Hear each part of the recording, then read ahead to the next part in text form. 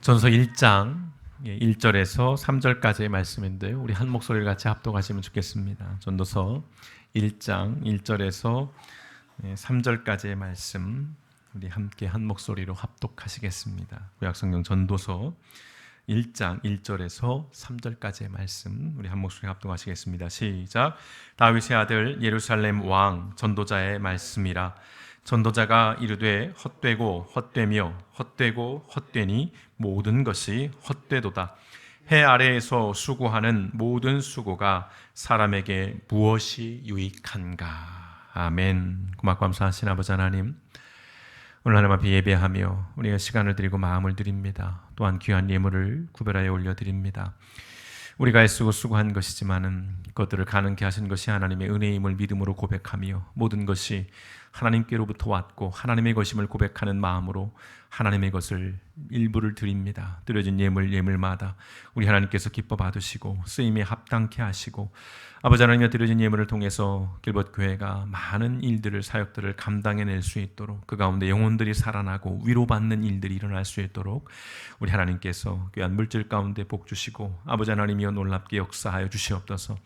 오늘도 말씀 앞에 섭니다. 아버지 하나님 오래전의 삶의 모습들을 우리가 다시 한번 묵상하면서 오늘 우리의 삶이 아버지 하나님 어떤 의미이고 또 오늘 우리는 이 시대를 어찌 살아야 하는가를 다시금 돌아보면서 아버지 하나님 지나간 시간을 통해서 오늘의 교훈을 얻고 아버지 하나님 그들의 지혜를 통해서 오늘 우리가 새로운 지혜로 우리의 삶들을 살아낼 수 있도록 말씀 가운데 우리 하나님께서 역사하여 주시옵소서. 모든 말씀 오늘 권하신 예수님의 이름으로 감사하며 기도드렸습니다. 아멘. 앉으시겠습니다. 오늘 말씀은 전도서 1장인데요. 앞으로 당분간 몇 주는 전도서에 대한 말씀을 가지고 나눠보려고 합니다. 오늘은 그 서론에 해당되는 말씀입니다. 플롤로그 정도 말씀이 될 것 같습니다. 전도서에 대한 좀 이해 또 개관들을 나누게 될 텐데요. 오늘 이 말씀을 시작으로 몇 주간에 걸쳐서 우리가 이 전도서를 통해서 이 안에 담겨 있는 하나님의 말씀들을 같이 나누는 그런 시간이 되면 좋겠습니다. 지난 주 중에 교단 총회에 다녀왔습니다. 저희 침례 교단만 총회가 있었던 것은 아니고 한국에 있는 모든 교회 교단들이 지난 주 중에 총회가 있었습니다. 좀 시끄러운 그래서 언론을 타는 그런 교단의 총회들도 있었고요. 저희 침례교는 별다른 이슈는 없었습니다. 총회장님도 단독으로 출마를 해서 찬반으로 해서 선출이 되었고 그냥 교단 내 작은 이슈들 정도만 있었는데요. 총회는 침례교 목회자들 거의 대부분이 참석을 하는 그런 모임입니다. 1년에 3박 4일 함께 모여서 임원진들을 구성하고 또 총회의 여러 가지 행정적인 것들을 논의하는 자리인데요. 당연히 이 총회에 가면 신학교 동문들을 많이 만나게 됩니다. 한참 나이 많은 선배부터 해서 또 동기들 그리고 후배들을 만나게 되는데 개인적으로는 총회에 좀 잘 가지 않는 입장이었습니다. 여러 가지의 이해관계 속에서 올해는 좀 가까이에서 총회를 열기도 했고 또 여러 일들이 있어서 저도 좀 총회를 가게 됐는데요.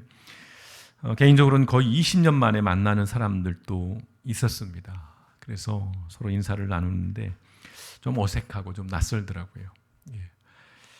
분명히 아는 얼굴인데 너무 달라져 있어서 아닌 것 같기도 하고 20, 30대에 청년으로 만났던 사람들이 40, 50대에 중년이 되어 있는 모습들을 보면서 좀 생각이 좀 많았습니다.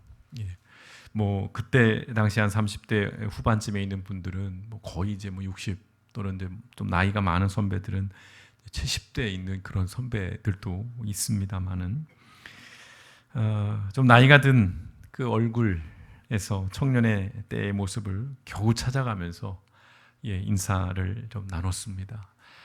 처음엔 전혀 몰랐다가 한두 마디로 이렇게 얘기를 섞어보니까 이 얼굴이 기억이 나고 그 모습이 떠오르더라고요.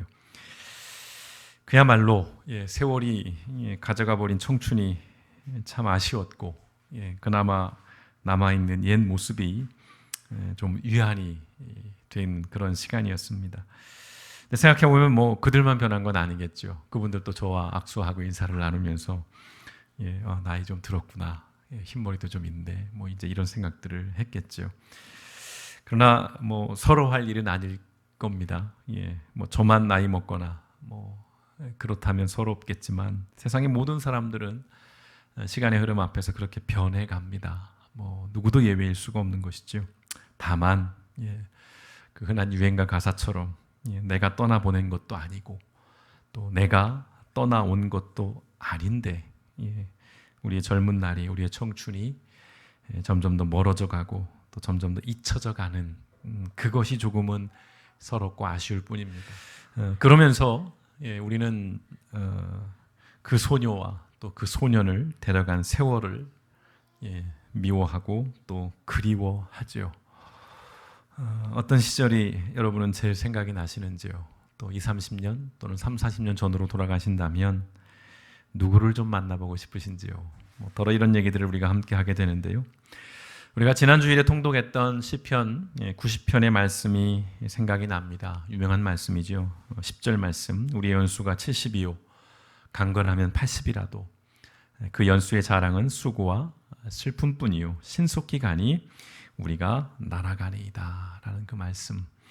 뭐 요즘 100세 시대라고 하지만 그래도 저 말씀의 의미와 뭐 우리가 다르지는 않을 겁니다. 세월은 여전히 쏜 화살처럼 그렇게 날아갑니다. 올해 82세 된 저희 어머님이 요즘 부쩍 죽어야지라는 말씀을 너무 많이 하세요. 더 살아서 뭐하나 이런 말씀들. 그리고 이제는 어딜 가는 게 무섭고 일을 하는 게 힘들다 뭐 이런 얘기들. 그리고 의욕이 없고 아무것도 재미있는 게 없다 이런 얘기들을 많이 하시는데 어머니 90세 넘어서 그 말씀 하세요 라고 제가 말씀을 드리는데 아마 어머님이 돌아가신 그 나이가 되셨기 때문에 더 마음속에 좀 그런 시간에 대한, 세월에 대한 또는 죽음에 대한 생각들이 많아지신 것 같습니다. 그래서 좀 이런 질문들을 드려봅니다. 성도 여러분의 세월, 여러분의 인생은 안녕하신지요? 뭐 여기 다양한 세대들이 앉아 계십니다만은 어떠신지요? 요즘 하루하루 살아가는 삶, 또 여러분의 지금까지의 인생, 그리고 앞으로의 인생은 또 어떨 것 같으신지요? 이 지구상에 살아가는 모든 사람들의 삶은 가까이서 보면 각기 다 다릅니다. 색깔과 그 향기가 다 달라요. 10사람이면 10개의 삶이 존재하고 100사람이면 100개의 삶이 존재합니다. 같지 않은 것이지요. 그런데요, 조금 떨어져서 바라보면 결국은 모든 삶은 다르지 않다라는 결론에 도달할 수밖에 없습니다. 오래 산 사람이나 짧게 산 사람이나 뭐 부자로 산 사람이나 조금 덜어 부족하게 산 사람이나 또는 건강하게 산 사람이나 건강하지 못한 사람이나 뭐 힘을 가지고 살았던 사람이나 아니면 그 힘에 눌려서 살았던 사람이나 엄청난 차이가 있어 보입니다. 물론 어느 한 시절, 어느 한 시점에서는 대단한 차이죠, 사실은 그것들이. 그러나 조금만 바라보는 위치를 달리해서 보면 결과론적으로 본다면 결국 모든 인생들은 거기서 거기가 아닐까 싶습니다. 저보다 연배가 높으신 분들은 사라와 이 양반아 뭐 이런 말씀을 하실지도 모르겠고 또는 뭐 저보다 젊으신 분들은 그게 아니더군요 뭐라고 하실 수도 있을 것 같아요. 그러나 이리저리 생각해 봐도 결국 삶은 다 비슷비슷한 것 같습니다. 인간이 살아간다는 것은. 지난 2주간에 걸쳐서 사실은 예수쟁이로 산다는 것이라고 하는 어떤 큰 주제로 관련된 말씀을 좀 드렸죠. 제가 의도적으로 쟁이라고 하는 전미사를 붙여봅니다. 예수쟁이로 산다는 것. 최근에 어지럽게 돌아가는 이 세상들을 바라보면서 물론 뭐 어제 오늘의 일은 아닙니다만은 저 개인적으로 던진 질문이기도 해요. 예수쟁이로 산다는 게 뭘까라는 그게. 그리고 저의 화두이기도 하고요. 요즘에 누군가는 해야겠다고 하고 누군가는 하지 말라고 합니다. 그리고 누군가는 내려오라고 말하고 누군가는 내려오지 말라고 말합니다. 항상 이 싸움이지요. 그러면서 이들은 치열하게 대립합니다. 맹렬하게 다투고 또 격렬하게 투쟁을 하고 있습니다.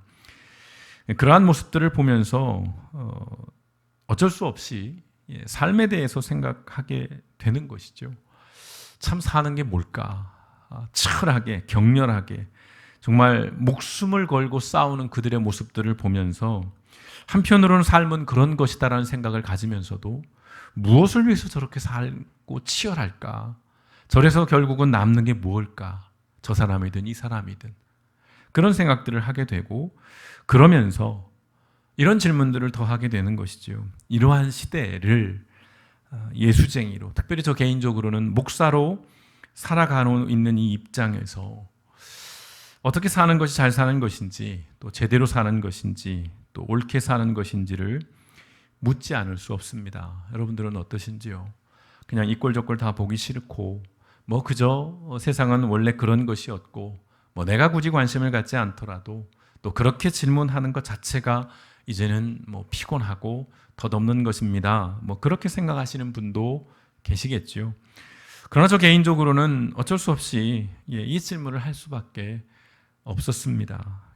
그러면서 묵상하기 시작한 말씀, 한 두어 달 전부터 묵상하기 시작한 말씀이 바로 이 전도서입니다. 전도서. 구약에 속해 있는데요. 구약은 크게 세 종류, 세 부분으로 되어 있죠. 어려운 말로 표현하면 율법서와 예언서와 성문서로 구분이 됩니다. 율법서는 모세오경, 우리가 토라라고 그러죠. 그리고 예언서, 선자들이 하나님의 말씀을 전한 그런 예언서, 그리고 성문서, 거룩한 말씀들이라고 하는 이 성문서로 구분이 되는데 그 가운데 전도서는 이 성문서로 분류가 됩니다. 그러면서 잠언과 또 욥기와 함께 지혜서로 분류가 됩니다. 지혜를 담고 있는 책이라는 것이죠. 그리고 이 세 권의 책은 지혜의 삼중주라고 불리기도 합니다. 어떤 삶에 관련된, 인생에 관련된 이야기들이 많이 담겨 있습니다. 그런 의미에서 전도서는 좀 익숙하지만 한편으로는 좀 낯선 책이기도 해요. 우선 제목부터가 그렇습니다. 전도서. 그러면 여러분은 뭐가 떠오르는지요? 마음속에 일단 전도서. 그럼 전도하는 책. 뭐 그런 느낌이 제일 먼저 들어옵니다. 한자로 봐도 그렇죠. 전도, 도를 전하는 책. 뭐 도를 아십니까? 뭐 이것과 같은 거죠.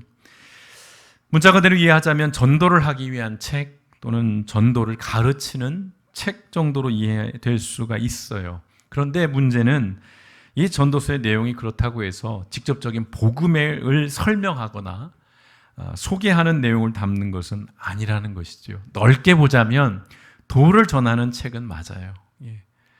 근데 그것이 복음을 전한다? 이건 또 아닌 것이죠. 근데 이름은 전도서라고 돼 있어요.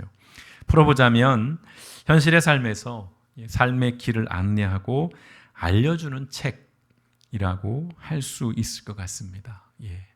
키워드는 있죠. 현실, 또 삶의 길, 안내 이런 키워드를 좀 잡고 이해하시면 좋을 것 같아요. 그래서 어느 구약 교수는 이 책을 이렇게 정의를 합니다. 세속의 삶에서 경건한 일상을 위한 철학이다라고 그렇게 규정을 합니다. 세속의 삶에서 경건한 일상을 위한 철학이다. 또 어떤 학자들은 그렇게 얘기를 합니다. 이 전도서가 쓰여질 당시는 그리스 로마의 문화와 또 예루살렘, 그 이스라엘의 문화가 서로 중첩이 되면서 그 두 문화 속에서 살아가던 사람들의 어떤 혼란, 삶에 대해서 겪는 여러 가지의 고민들을 담고 녹여낸 그런 책이라고 또 이야기도 합니다. 이 전도서의 영어 제목은 좀 어렵습니다. 발음하기가 좀 까다로운데요. 이클리지아스티스라고 하는 저 단어인데요. 저것만 보면 좀 어렵습니다만은 우리가 잘 아는 단어를 하나 소개하면 이해가 더 쉬울 것 같아요. 신약 성경에서 교회를 뜻하는 단어인 에클레시아 또는 이클리시아라고 하는 요 말, 에클레시아. 말로 보자면 부름을 받은 사람들입니다. 우리가 흔히 교회라고 말하죠. 그래서 교회 공동체에 속한 사람 또는 거기에 속한 사람들을 의미하는 말이 에클레시아인데 이 영어 제목 이클리지아티스라고 하는 이 단어가 바로 여기에서부터 나온 것이죠. 그러니까 영어 제목을 통해서 본다면 이 전도서라고 하는 이 말씀은 하나님으로부터 부름을 받은 사람들의 이야기입니다. 다시 말하면 저와 여러분의 이야기라고 할 수 있는 것이에요. 이 전도서의 책은. 그리고 전도서의 히브리어 성경 제목이 또 있습니다.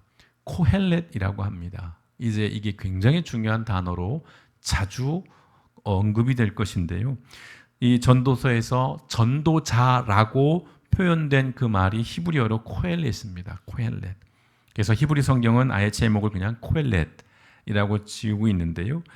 이 말은 모으다 또 수집하다라는 뜻을 가진 히브리어 단어인 카할 또는 카헬이라고 하는 단어에서 나온 겁니다. 그러니까 이 코헬렛은 지혜를 수집하고 모으는 사람을 의미합니다. 그러면 이제 1절부터 우리가 좀 헷갈리기 시작을 할 겁니다. 1절에 보시면 다윗의 아들 예루살렘 왕 전도자의 말씀이라는 것으로 해서 전도서의 전통적인 저자는 솔로몬이다 라고 그렇게 이해를 하고 있습니다만은 이건 다음 주 정도 다시 좀 설명을 드릴 수 있을 것 같습니다. 일단 전도서에서 나오는 이 전도자의 그 의미는 이 전도서의 마지막 장에 가면 자세하게 설명이 되어 있습니다. 12장 9절에서 10절의 말씀을 보시면요, 이렇게 기록되어 있어요. 전도자는 지혜자이어서 여전히 백성에게 지식을 가르쳤고 또 깊이 생각하고 연구하여 잠언을 많이 지었으며 전도자는 힘써 아름다운 말들을 구하였나니 진리의 말씀들을 정직하게 기록하였느니라 라고 되어 있어요. 그러니까 이 전도자가 누구인가를 12장에 마지막 장에 가서 구체적으로 이야기를 해놓고 있는데요. 정리해보면 이렇습니다. 전도자는 지식을 가르친 사람이었어요. 사람에게. 그래서 영어 성경에 보면 티처라고 번역을 하기도 합니다. 교사였어요.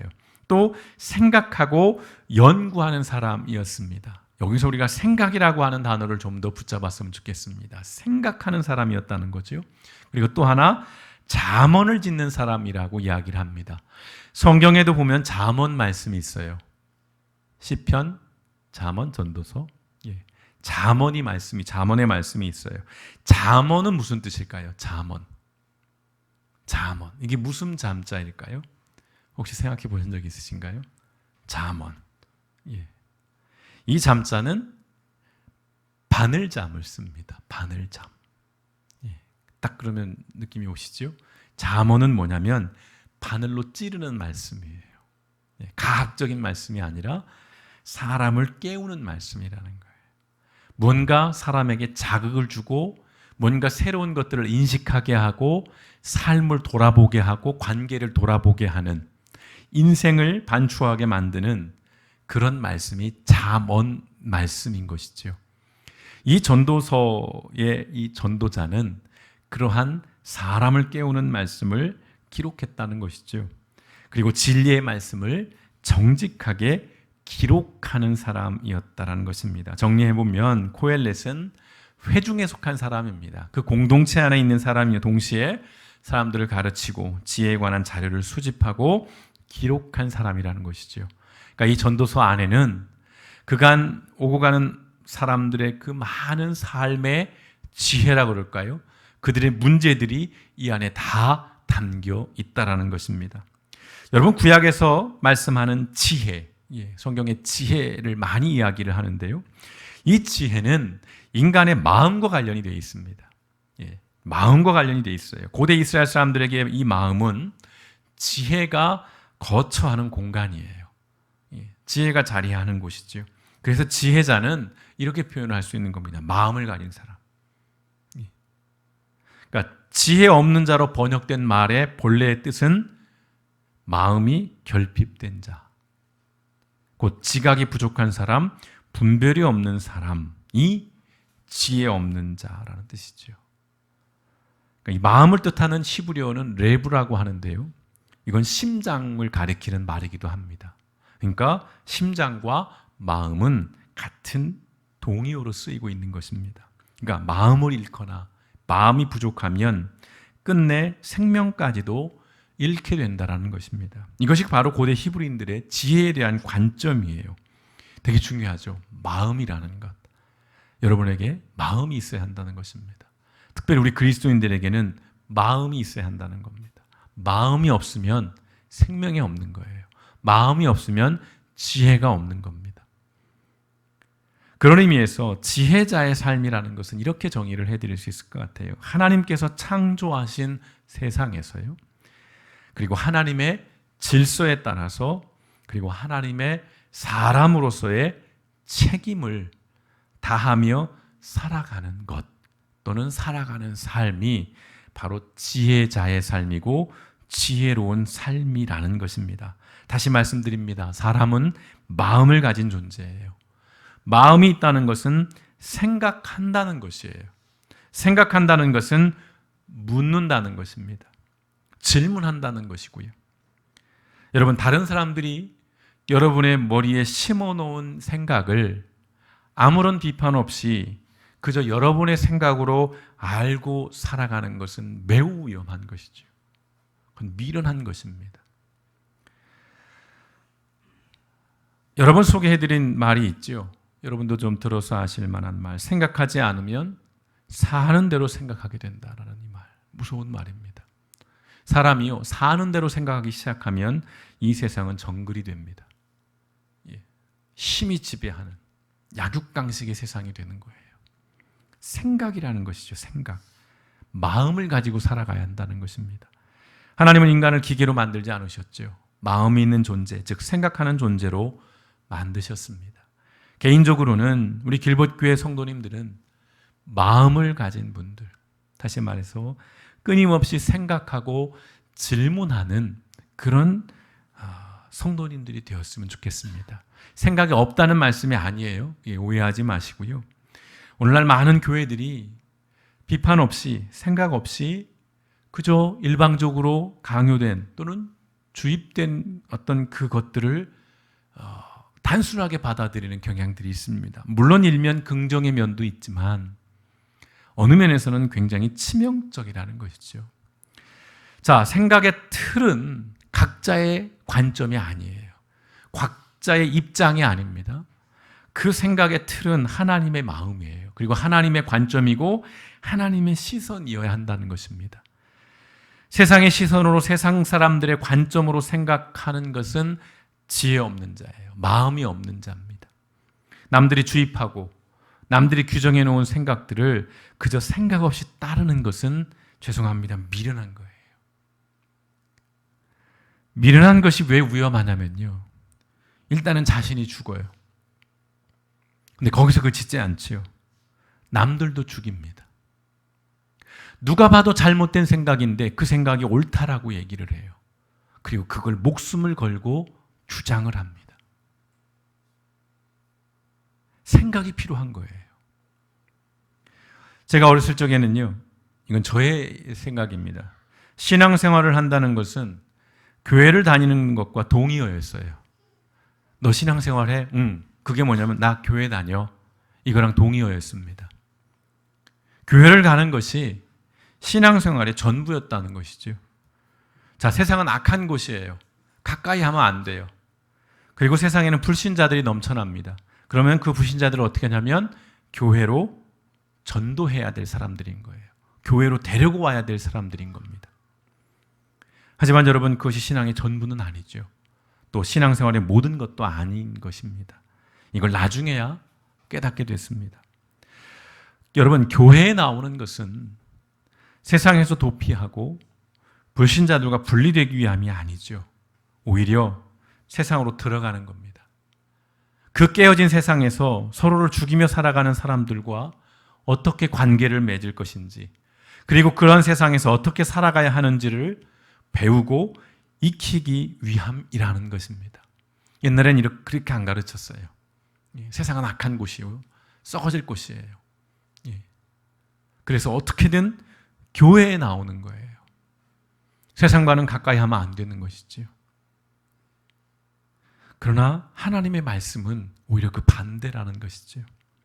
제가 전도서를 묵상하는 것은 바로 이 전도서의 내용이 구원받은 하나님의 백성이 이 세상에서요, 이 복잡하고 이 소란스럽고 이 깨어진 이 세상에서 어떻게 살아갈 것인지를 묻고 답하는 말씀이기 때문에 그렇습니다.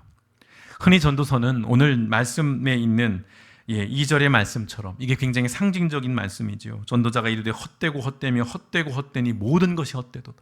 말장난 같은, 요즘으로 보자면 아주 라임이 잘 맞는, 이게 사실은 전도서를 관통하는 단어이기도 합니다. 헛됨이라고 하는 것. 그래서 어떤 극단적인 염세주의, 허무주의를 말하는 책으로 우리가 흔히 받아들여요. 3절에 보세요. 해 아래 수고하는 모든 수고가 사람에게 무엇이 유익한가. 이거 보면 한숨만 나오는 거예요. 그래, 참 인생 뭐 있나, 이런 생각만 하게 되는 것인데 그렇지 않다는 것입니다.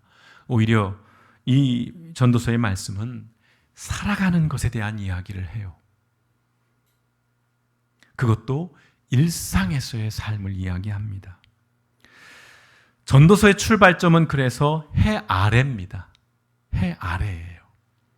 그간 우리는 땅 위, 즉 하늘에 관심을 두었어요. 성경도 끊임없이 그런 얘기를 하잖아요.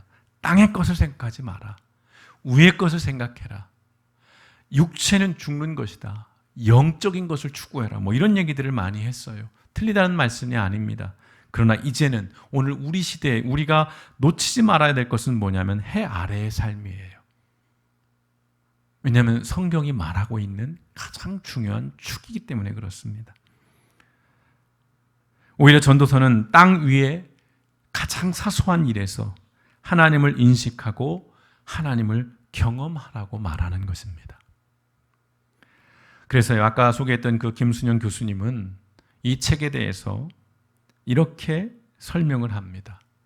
전도서에는 전도자는 먹고 마시고 노동하며 즐거워하는 것에서 삶의 행복을 추구하라고 촉구한다.